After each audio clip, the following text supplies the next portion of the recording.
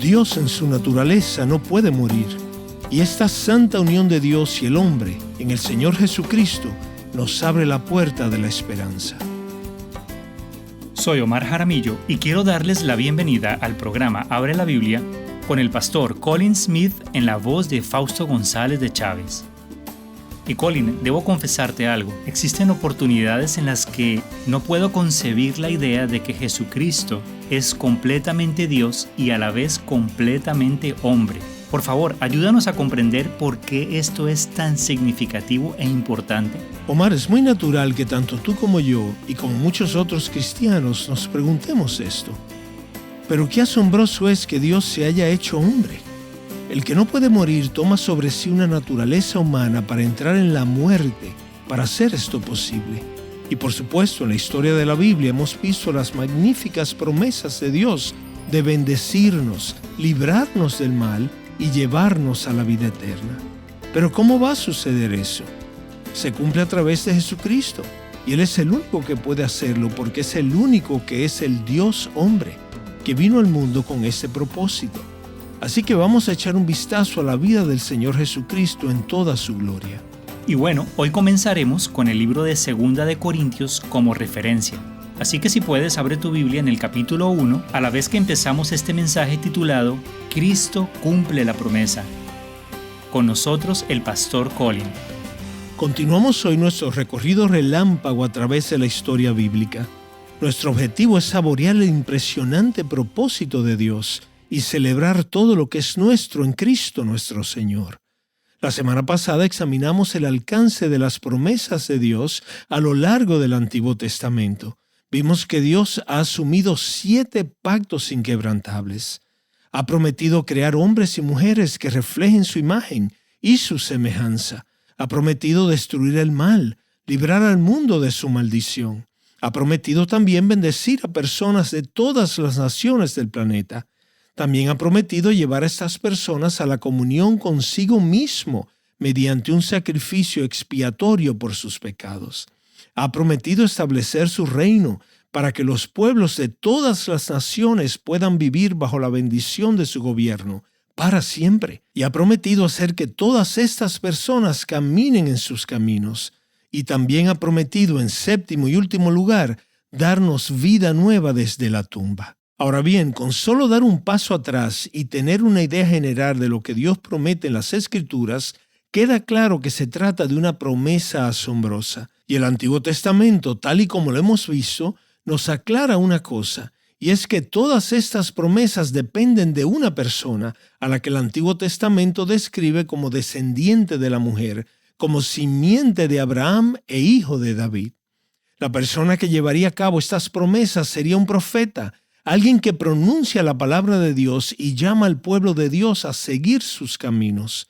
Sería un sacerdote, alguien que ofrece un sacrificio y representa al pueblo en la presencia de Dios. Y sería un rey, alguien que establece la justicia y la paz para que su pueblo pueda vivir bajo la bendición de su gobierno. Y después de haber contemplado el asombroso recorrido de estas promesas, la semana pasada llegamos a la conclusión haciéndonos la pregunta: ¿quién puede ser todo esto? ¿Y quién en todo el mundo puede hacer todo esto? Y la conclusión a la que llegamos, que es realmente la conclusión de las Escrituras en el Antiguo Testamento, es que solo Dios puede cumplir lo que Dios promete. En el Nuevo Testamento, en 2 de Corintios 1:20, dice esto tan hermoso: pues tantas como sean las promesas de Dios, en Él todas son sí. Y eso, por supuesto, nos lleva a la gloriosa verdad que celebramos en la Navidad. Dios se hizo hombre en Cristo Jesús. Dios vino a nosotros para cumplir sus asombrosas promesas. Así que hoy nuestro viaje recorre los Evangelios. Nuestro título de hoy es Cristo cumple la promesa. De nuevo, vamos a considerar 7 pasajes de las Escrituras que nos darán la visión en conjunto de todo lo que el Señor Jesucristo ha hecho para cumplir las promesas de Dios para nosotros. Ahora podrías seguir las Escrituras conmigo y vamos a centrarnos en el Evangelio de Lucas para que puedas seguir un patrón y una línea a través de él. Por favor, vea Lucas capítulo 1, versículo 35, donde comenzaremos. Y tomando 7 puntos claves a través del recorrido de la vida y ministerio de nuestro Señor Jesucristo, iniciaremos, por supuesto, con la encarnación. Y mira las palabras del ángel a María: el Espíritu Santo vendrá sobre ti, y el poder del Altísimo te cubrirá con su sombra. Por eso el niño que nacerá será llamado Hijo de Dios. Ahora bien, el Nuevo Testamento afirma 3 verdades centrales sobre nuestro Señor Jesucristo: que es Dios, que es hombre y que es santo. Y las 3 se encuentran aquí, en este mismo versículo. Observa que el ángel anuncia que Jesús sería el Hijo de Dios. Lo vemos en el versículo 35. Si te regresas al versículo 32, allí se le describe como el Hijo del Altísimo. En el Evangelio de Mateo, en el capítulo 1, se le describe como Dios con nosotros. En el Evangelio de Juan se le describe como el Verbo de Dios hecho carne. Piensa en esto: Dios pronunció su promesa en palabras, y cuando su palabra se hizo carne, su promesa se cumplió. Estoy muy agradecido de que el Señor Jesucristo sea Dios, porque solo Dios puede cumplir lo que Dios promete. Y estoy absolutamente persuadido en mi propia mente de que aquellos que no ven o no reconocen la unicidad del Señor Jesucristo simplemente han subestimado el alcance de las promesas de Dios. Porque ¿quién sino Dios en todo el mundo podría cumplir lo que Dios promete? Pero no solo es Dios, sino que es hombre. Y de nuevo, fíjate que en este mismo versículo, el que nacerá será llamado Hijo de Dios. Nació como nacemos nosotros, para vivir nuestra vida y morir nuestra muerte. Viene a nosotros, está con nosotros, actúa por nosotros, asume nuestra causa, haciéndose uno con nosotros. Por eso debemos estar tan agradecidos por estas maravillosas verdades. Él es Dios, y solo como Dios puede cumplir la promesa. Pero Él es hombre, pues solo como hombre puede cumplir la promesa a nuestro favor, asumiendo nuestra causa y estando con nosotros y actuando por nosotros. Y luego fíjate, en tercer lugar, en esta maravillosa afirmación del ángel de que Él es santo. El ángel dijo que el santo que nacería sería llamado Hijo de Dios. El santo, piensa en eso. He aquí algo que nunca se había visto antes del nacimiento de Jesús y que nunca se ha vuelto a ver desde entonces. Nunca ha habido otro nacimiento igual. Un hombre que es santo por naturaleza es el único. Un hombre que pertenece por derecho al cielo es el único. Un hombre que por ser Dios tiene la capacidad de llevar consigo a otros hombres y mujeres al lugar que le pertenece. Esa es la singularidad de nuestro Señor Jesucristo. Y esta santa unión de Dios y el hombre en el Señor Jesús nos abre la puerta de la esperanza. Piensa en esto: Dios en su naturaleza no puede morir. Nosotros en nuestra naturaleza no podemos vencer a la muerte. Juan Calvino lo expresa maravillosamente al unir estas dos realidades. Él dijo: Cristo unió la naturaleza humana a la divina, para que a fin de expiar el pecado, sometiera a la muerte la debilidad de una naturaleza, y para que, luchando con la muerte mediante el poder de la otra naturaleza, obtuviera una victoria para nosotros. Eso es hermoso. ¿Qué hace Cristo entonces? Une la naturaleza humana a la divina, de modo que para expiar nuestros pecados somete la debilidad de la naturaleza humana hasta la muerte, y con el poder de la naturaleza divina lucha contra el poder de la muerte, de modo que por nosotros obtiene el triunfo. Solo el Dios hombre podía hacerlo, solo Jesucristo podía hacerlo, y para ello ha venido al mundo. De eso se trata la Navidad. Estás escuchando Abre la Biblia con el pastor Colin Smith y este mensaje que se titula Cristo cumple la promesa, el cual forma parte de una serie llamada El Plan. Y es en esta serie en la que estamos haciendo un recorrido muy rápido a través de la historia bíblica. Y si quieres profundizar un poco más y estudiar aún más la historia bíblica, quiero animarte a visitar nuestro sitio web y ver la serie de videos llamada Un vuelo a través de la historia bíblica. Puedes encontrar este recurso visitando abrelabiblia.org/video. Y ahora regresemos al mensaje. Aquí está el pastor Colin. Ahora bien, la gloriosa encarnación del Hijo de Dios, el nacimiento del Santo de Dios, condujo, por supuesto, a la vida perfecta de Cristo. Así que pasamos rápidamente a nuestra segunda parada, que es la tentación del Señor Jesús. Primero la encarnación, ahora la tentación. Quiero que vuelvas conmigo al Evangelio de Lucas, capítulo 4. Aquí se nos dice que Jesús, lleno del Espíritu Santo, fue llevado por el Espíritu mismo al desierto. Durante 40 días fue tentado por el diablo. Quiero que te fijes que el primer paso del ministerio público de Cristo fue enfrentarse a Satanás y triunfar donde Adán había fracasado. Recuerda que Satanás había tentado 3 veces a Adán y Eva en el jardín del Edén. Y aquí, muy significativamente, Satanás tienta 3 veces al Señor Jesús. Así que los paralelismos son muy evidentes. Se trata de un segundo hombre, un hombre nuevo, que acude a la lucha contra el enemigo de la raza humana. Los paralelismos son muy claros. Lo que quiero que veamos aquí son las diferencias. En primer lugar, hay una iniciativa diferente. Satanás fue a buscar a la mujer y al hombre al jardín. Cristo va en busca del demonio en el desierto. Ese es el significado, por cierto, de las palabras ser guiado por el Espíritu. Literalmente, ser empujado por el Espíritu. ¿Qué está haciendo Jesús? Está acechando al diablo, lo está atrayendo. Está diciendo, tengamos esta confrontación, tengámosla ahora mismo. Se está enfrentando a nuestro enemigo. Esto es absolutamente maravilloso. Observa que el entorno es diferente. Adán está en un jardín perfecto. El Señor Jesús se enfrenta a Satanás en un desierto. Adán tiene a su alrededor toda la comida que pueda desear, pero Cristo tiene hambre. Pero fíjate sobre todo en el resultado diferente, porque esta revancha tiene un resultado completamente distinto a la del jardín del Edén.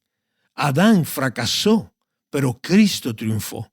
Esto tiene una enorme importancia para nosotros hoy, porque el fracaso de Adán nos trajo la miseria.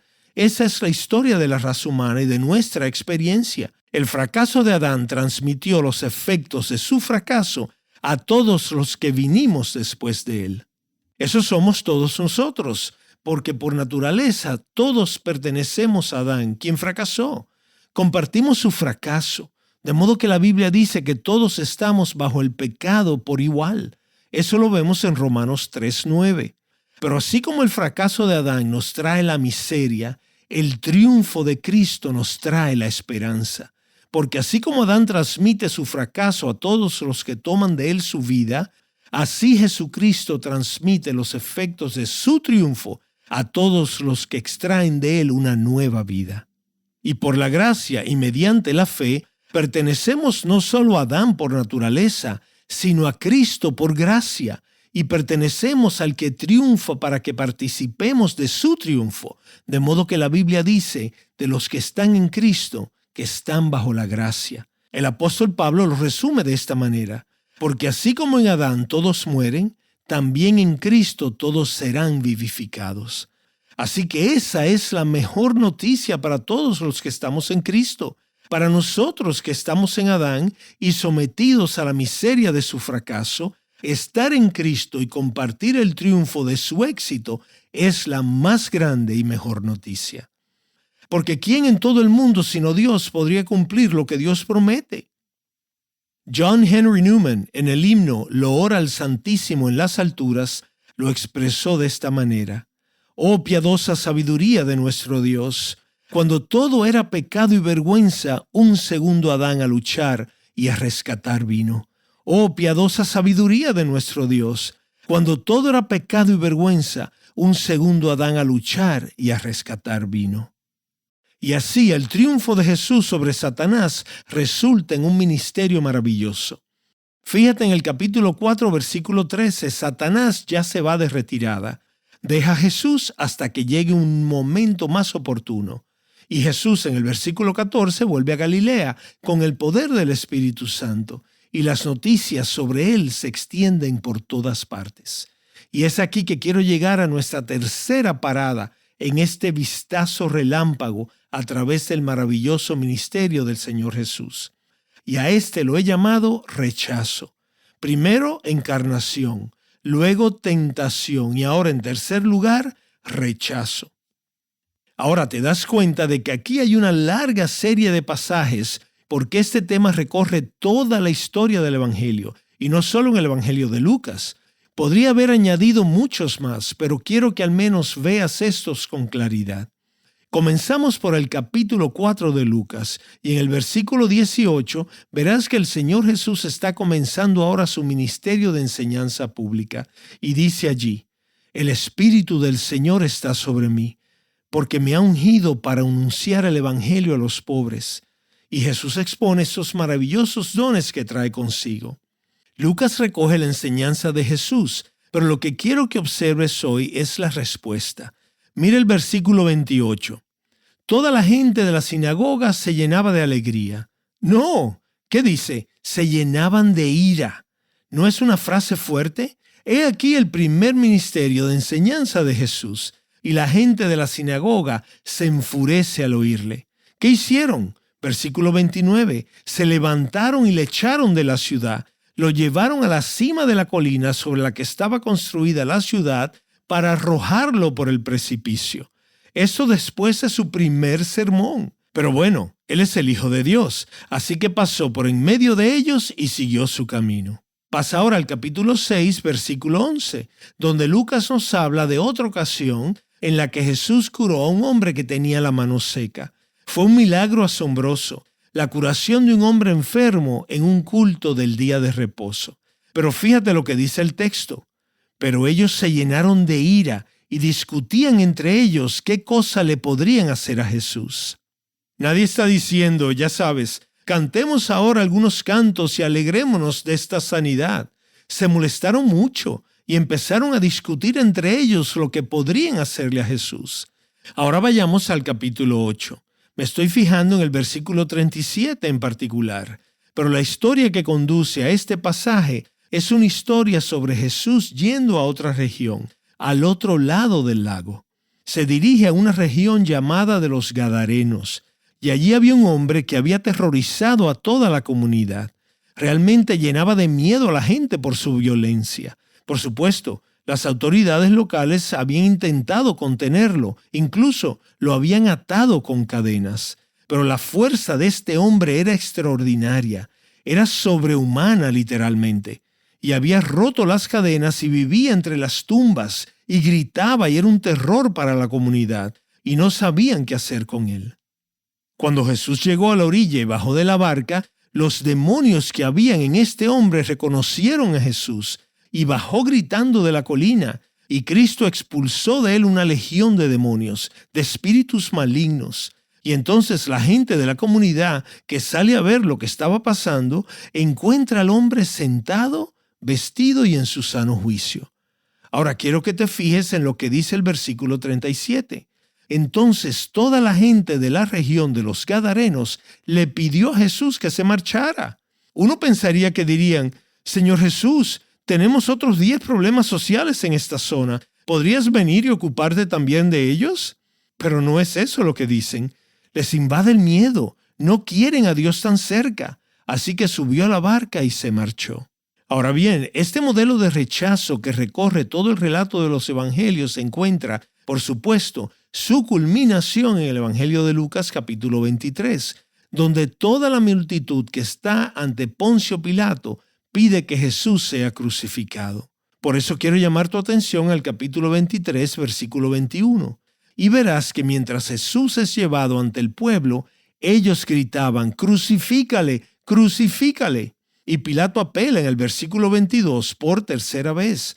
Lo repitió una y otra vez. ¿Qué delito ha cometido? No encuentro en este hombre ningún motivo para la pena de muerte. Pero mira conmigo el versículo 23. Ellos insistían, pidiendo a grandes voces que fuera crucificado, y sus voces comenzaron a predominar. Amigos, vivimos en un mundo que rechaza a Cristo, un mundo imposible de entender. Será muy difícil leer y entender un periódico hasta que no comprendas esta verdad tan importante, que vivimos en un mundo que rechaza a Cristo. Y bueno, aunque es cierto, es triste terminar nuestro mensaje entendiendo esto. Estás escuchando Abre la Biblia con el pastor Colin Smith y este mensaje que se titula Cristo cumple la promesa. Y hemos estado viendo 7 pasajes de las Escrituras que nos ayudan a ver cómo es que Jesús cumple esa promesa. Y estamos empezando esta serie, hoy hemos visto el tercero, así que espero que te propongas escuchar toda la serie. Y si alguna vez te pierdes algún programa, algún episodio, puedes escucharlo en línea visitando abrelabiblia.org o en las plataformas digitales. Y aprovecho para recordarte que tenemos un recurso llamado Un vuelo a través de la historia bíblica. Y es un viaje a través de video de 2 horas de duración por toda la historia de la Biblia desde Génesis hasta Apocalipsis.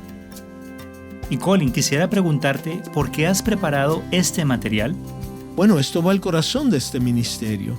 Realmente queremos ayudar a la gente a abrir la Biblia.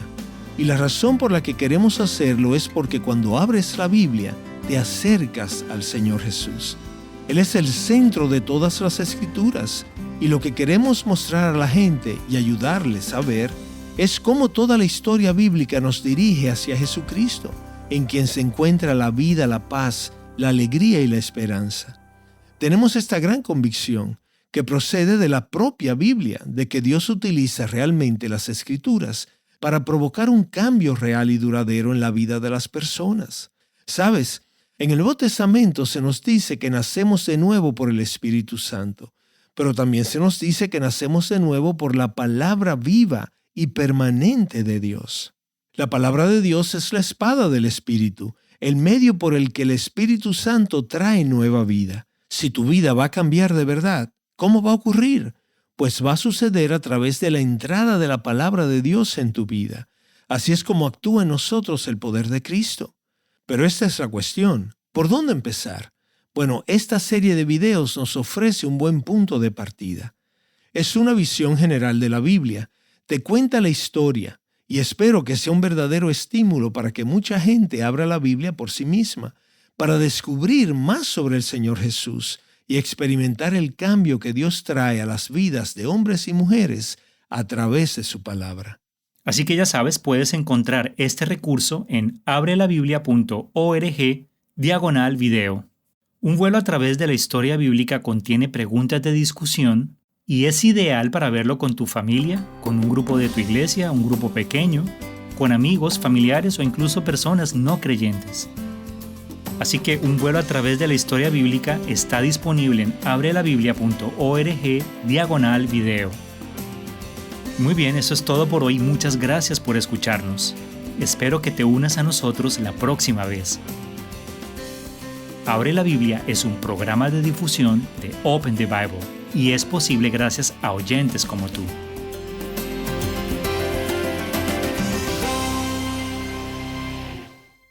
Soy su presentador, Omar Jaramillo, y en el próximo episodio de Abre la Biblia descubriremos que existe algo que necesitamos comprender para así poder entender el mundo en el cual vivimos. Te esperamos.